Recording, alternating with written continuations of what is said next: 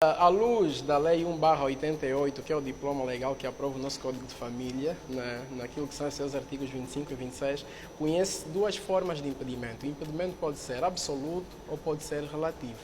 O impedimento absoluto é aquele em que não é necessário que alguém manifeste-se contra aquele ato, ou seja, o próprio órgão de registro civil, notando aquela anomalia, aquele impedimento, pode por si só, de ofício, impedir que o ato se concretize. Estamos aqui a chamar, Ou por seja, exemplo, alguém pode impedir o casamento? sim, alguém pode impedir o casamento, mas nos impedimentos relativos, já vamos chegar lá. Agora, nos absolutos são aquelas situações em que, por exemplo, há uma demência verificada por parte de um dos cônjuges, certo?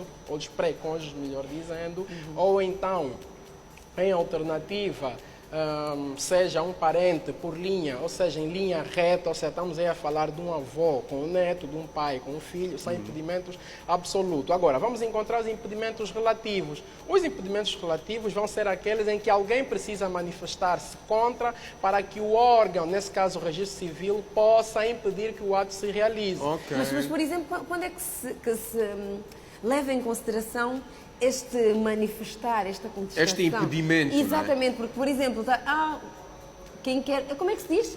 Quem quiser dizer alguma coisa, se Que pronunciar... fale agora ou cale-se para sempre. Exatamente. Aquilo estaríamos diante daquilo que é o impedimento relativo. Ok. Ou seja, se alguém souber alguma coisa que possa impedir que o ato se realize, pode se manifestar. Por exemplo, se alguém levantar e disser o seguinte, olha só, eles são parentes colaterais até segundo grau, ou seja, são irmãos. Para todos os efeitos, aquele casamento, aquele ato é impedido na hora. Ou seja, Não pode acontecer. Não Mas a pessoa não pode... ocorrer. Mas tem que provar que... Exatamente. Naquele momento é o órgão de registro civil que tem que reunir os mecanismos, os elementos suficientes e bastantes para atestar a veracidade da informação que acaba de receber. É também um impedimento absoluto, por exemplo, o caso do casamento de quem já é casado. Alguém que já é casado. Existem muitos homens já casados a quererem casar com uma segunda, terceira pessoa, não é? Existem. Então, de E ofício... como não tem impedimento, o casamento acontece. Sim, Não é? sim. Porque existem pessoas que sabem, mas que se calam para sempre. Sim, Ou seja, sim. permitem um avanço à concretização do Não é casamento. só existem pessoas, a família sabe, porque a família foi ao primeiro, ao segundo e agora ao terceiro E casamento. mantém-se calada. Isso, para todos os Exatamente. efeitos, é um impedimento absoluto. Ou seja, não se pode realizar o casamento se já um dos cônjuges for casado ou ter uma união de facto reconhecida, certo? Entretanto, nesses termos, é o próprio órgão de registro civil que tem a competência para o efeito, para impedir que o ato venha a se concretizar. Agora, nos relativos também temos aqui a questão dos parentes em linha reta, como já foi dito, entre avós e netos, pais e filhos, bem como até o segundo grau da linha colateral, que são os irmãos. Os primos podem se casar, já matando aqui a curiosidade. Os primos podem se casar? Podem. Era esta a pergunta que eu queria fazer, porque muitos primos... Mas só primo... Não, os primos gostam de se primar, alguns. Assim a minha filha pode casar com o filho do meu irmão. Não há qualquer impedimento do ponto de vista legal. É mais um impedimento do ponto de vista moral. Moral, exatamente, dois primos. Nunca vi aquela situação em que primos se casam e têm o mesmo, inclusive, mesmo sobrenome. Por exemplo, ficam Antônio e Antônio, João Sim. e João. Antônio. Antônio, Antônio, Antônio. João. Wilson. É dessa perspectiva. E já matando aqui uma curiosidade, só para matar aqui uma curiosidade, falei muito em segundo grau. As pessoas têm a mania de dizer que o meu irmão é meu parente de primeiro grau. O irmão não é parente de primeiro grau. Não? É de segundo. Eu Explica-nos pensei que o irmão isso. fosse de primeiro. Explica-nos. Oh. Sim, quer dizer, na ordem, certo? Na linha colateral, aparecem os irmãos em segundo grau, os primos em terceiro grau. Os únicos parentes que nós temos de primeiro grau Pais? são os nossos pais. Ok. Agora imagina aquelas situações quando se diz primo como irmão. Primo de primeiro grau, né? Se nem o irmão é de primeiro grau, imagina o primo de primeiro grau. Nós temos aqui algumas perguntas e esta é do Josemar Manuel Inácio Barão, que é nosso internauta, e que diz: em que circunstâncias encontraremos os impedimentos absolutos, esta já respondeu, relativos, segundo a ação de anulação de casamento fundada em impedimentos relativos, pode ser instaurada em que prazos? Então logo se toma conhecimento. Tão logo que o órgão de registro civil tome conhecimento, pode por si só despoletar a ação competente. Se for relativo, quem tenha interesse ou quem possa manifestar a contrariedade que o faça. Não há um prazo propriamente dito fixado em lei para que a ação possa ter um prazo. Tão logo se tome conhecimento do impedimento, pode naturalmente ser levantado. Niteróide, quais têm sido os impedimentos mais comuns a acontecer?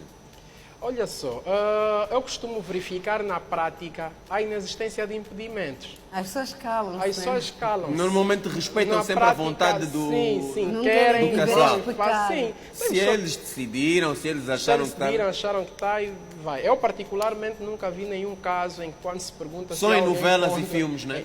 Sim. Aí particularmente sim.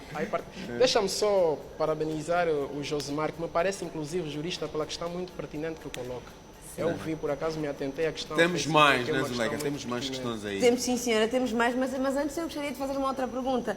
Se, por exemplo, a pessoa entra, estamos durante a cerimónia, ou estamos na cerimónia, a pessoa diz, não, eles não se podem casar, imediatamente para-se.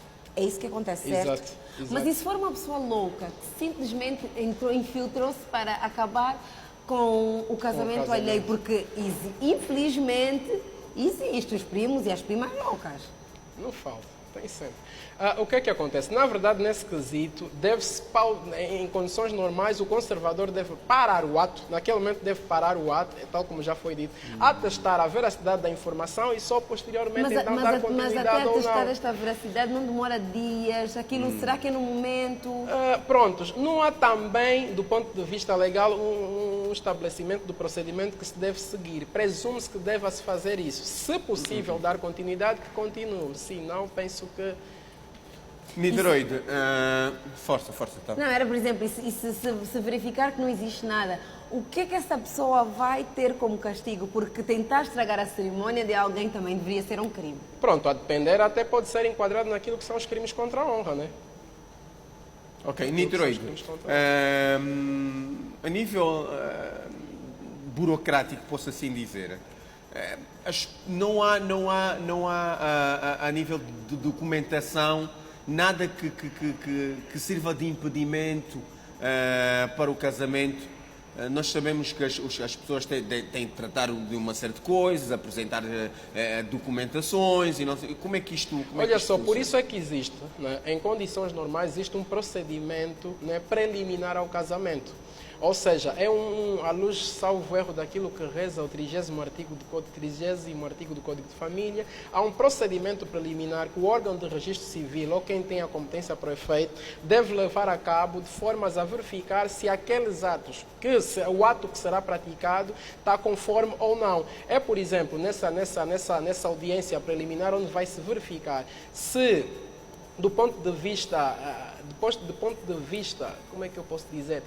Vamos aqui dizer, se há alguma demência por parte de um dos cônjuges, por exemplo, essas situações devem ser todas levantadas naquilo que são as audiências preliminares ao casamento. Ok. Niteróide, obrigado por teres vindo uma vez mais ao nosso programa. É sempre bom ter-te aqui.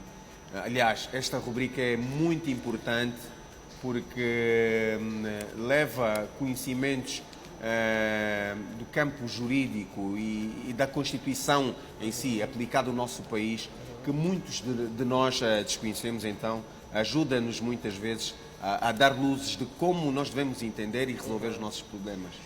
Muito obrigado. O prazer é todo meu de contribuir para aquilo que é a maturação jurídica do nosso povo. Vê-se que naturalmente há uma déficit relativamente a esse conhecimento, mas o prazer é todo meu.